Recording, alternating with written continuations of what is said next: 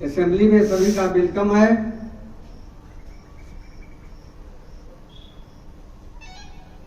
तमाम शिक्षक शिक्षिकाएं एवं हमारे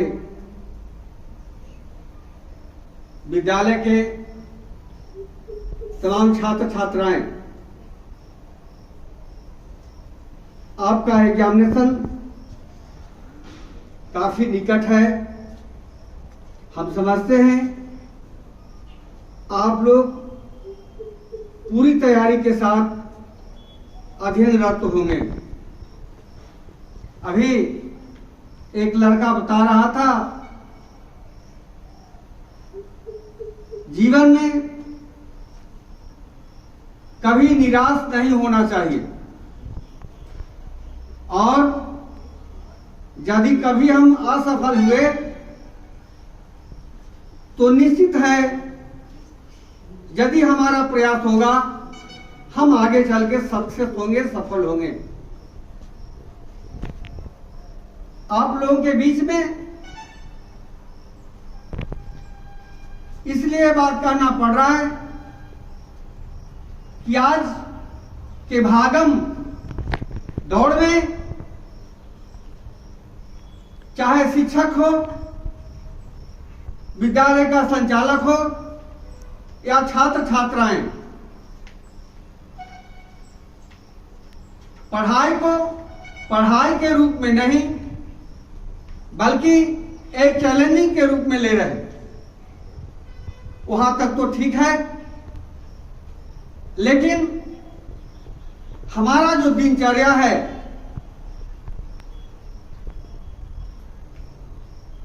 उसमें हमें यह सोचने की आवश्यकता है, पहल करने की आवश्यकता है कि हमारा प्रतिदिन किस रूप में हम अपने जीवन को व्यतीत कर रहे हैं और आगे बढ़ने का प्रयास कर रहे हैं। छात्रों, तुम्हारा उम्र बहुत कम है, मानसिक दबाव से बिल्कुल अलग रहना है आपको। मैं इसलिए बता रहा हूं कि अभी आपका जो दिमाग है वह खाली स्लेट है। शिक्षकों के द्वारा जो भी लिखा जाएगा आप उसको अध्ययन करेंगे और जीवन में आगे बढ़ेंगे। लेकिन उसके लिए कि हमको शिक्षक द्वारा जो बतलाया गया है, कल यदि उसको हम पूरा नहीं करते हैं तो हमको मानसिक रूप से या शारीरिक रूप से हमको प्रेशर दिया जाएगा। ये दिमाग से आप लोग हटा लें, क्योंकि जब तुम्हारा मस्तिष्क खुला रहेगा, मन प्रसन्न रहेगा, तो निश्चित है आप गुरुजनों के द्वारा जो बताया हुआ रास्ता है, जो बताया हुआ सब्जेक्ट है, उसमें आप निपुण होंगे, ये हमारा पूरा विश्वास है। लेकिन इसके लिए आपको ईमानदारी के साथ और बिल्कुल फिजिकली या मानसिक रूप से आपको स्वतंत्र रहना होगा। प्रेशर में नहीं, कोई दबाव में काम नहीं करना चाहिए। हम देखा है बहुत से लड़के या तुम्हारे पास जो खुद खड़ा है, हम ऐसा नहीं थे कि विद्यालय में 1 to 5 में भी हमारा या 1 to 10 कर सकते हैं। उस समय हम लोग सरकारी विद्यालय में पढ़ते थे, हमारा स्थान नहीं था, साधारण विद्यार्थी थे। लेकिन दिमाग में एक ही जरूर था, उत्सुकता कि हमको कुछ करना है। और जिस फैमिली से हम बिलोंग करते थे उस फैमिली से हमारा सोच कुछ अलग था, क्योंकि एकदम साधारण उसको निम्न कर सकते हैं। घर का वातावरण ऐसा था कि किसी तरह से सरकारी नौकरी लग जाए तो जो हमारा जीवन है, हमारे पिता का जो जीवन जीने का शैली है, उससे थोड़ा सा उत्तम हो जाए, ये सोच के हमारा पूरा परिवार कार्य कर रहा था। लेकिन उस समय भी जब हम ग्रेजुएशन के बाद ऐसा संकल्प लिए थे, बाहर में रहने के बाद कि कौन ऐसा काम है जो हम नहीं कर सकते। उतना विस्तार से हम नहीं जाएंगे। कुछ कुछ जीवन में ऐसा रिस्क लिया जो हमारे पिताजी कहा करते थे देहाती भाषा में कि इतना बड़ा ही ठान लिया है, इससे संभव है ही नहीं। लेकिन हम प्रयास के द्वारा और किसी भी काम में तत्परता के साथ, उत्सुकता के साथ लग जाते थे और हम समझते थे वो काम हम पूरा किए। और तुम्हारे साथ सामने जो खड़ा व्यक्ति है 58 साल एज हो रहा है, लेकिन जिस दिन से हम अपने पैर पर खड़ा हुए, जो काम हम सोच लिए कि ये काम करना है, तो प्रभु के कृपा से और हमारा विश्वास से उस काम में हम सफल हुए। बहुत से यहाँ पर साथी एक दो हैं जो हमारा पूर्व का दिन देखे हुए हैं, विद्यालय की स्थिति क्या थी उससे भी अवगत थे। लेकिन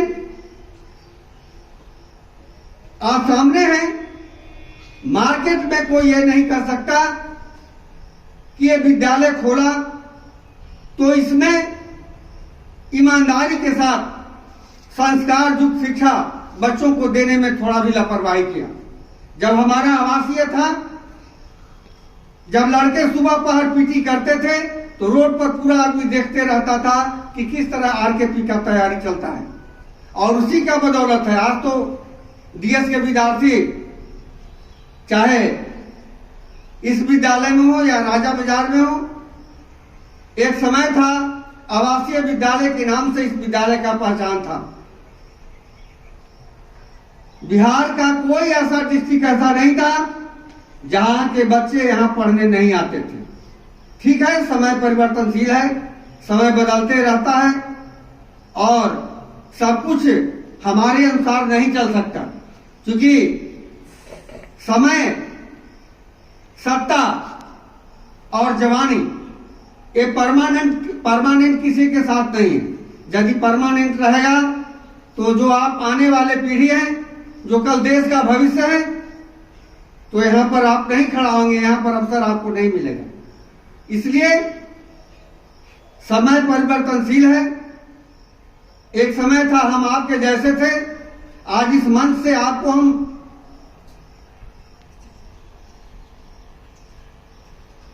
अच्छे संस्कार के लिए, अच्छे पढ़ाई के लिए प्रेरित कर रहे हैं। एक समय ऐसा भी आएगा कि इस जगह पर आप आएंगे और आने वाला जो भविष्य होगा, आने वाला जो न्यू जनरेशन होगा, उसको आप संबोधित करेंगे। मेरा कहने का मतलब है, हम बार बार उन बच्चों से कहना चाहते हैं जो विद्यालय में दाखिला लेता है, बहुत उम्मीद के साथ पेरेंट्स आपको विद्यालय में दाखिला कराता है। हम अपने सहयोगी साथियों से भी कहना चाहेंगे, विद्यालय का जितना वर्क है, हम समझते हैं कि जितना हम अपने सहयोगी के फ्री छोड़ते हैं, शायद जहानाबाद में दुर्लभ होगा। और इसी का कारण है कि अच्छे से अच्छे टीम होने के बावजूद भी कोई उंगली हम पर नहीं उठा सकता है।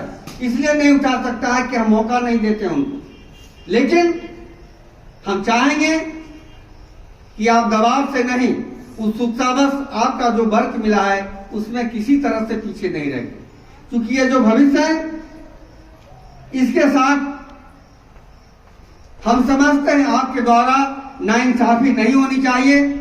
और यदि आप अपना कर्तव्य के पथ पर संस्कार युक्त शिक्षा, क्योंकि 55 मिनट का हम समझते हैं पहला पीरियड लगता है आप लोगों का, और प्रत्येक वर्ग में बच्चे की उपस्थिति भी साधारण है।